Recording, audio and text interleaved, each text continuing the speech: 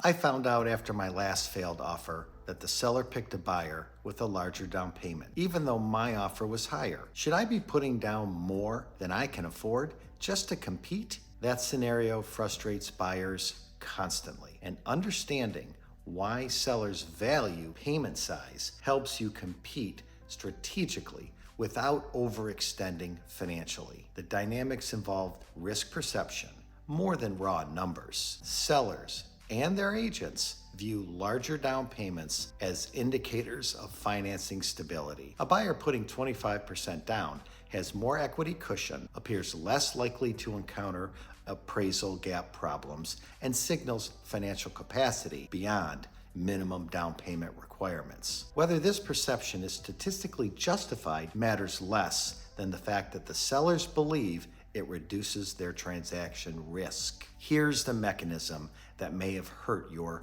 previous failed offer. If the appraisal comes in below purchase price, buyers with minimal down payments may lack the cash to cover the difference. That gap kills many deals or forces renegotiation. Sellers who've experienced failed transactions prefer buyers who can absorb the down payment shortfalls. The solution isn't necessarily draining your savings. Consider these alternatives. Include an appraisal gap coverage clause specifying you'll cover up to a defined amount, say $10,000, in cash if the appraisal falls short. This demonstrates capacity without requiring higher down payments at closing. You maintain reserves while signaling financial strength. At Lucido Real Estate, we craft offer presentations that communicate buyer qualifications beyond basic numbers, proof of funds letters showing liquid reserves, pre-approval letters from reputable local lenders, and cover letters explaining buyer commitment all influence the seller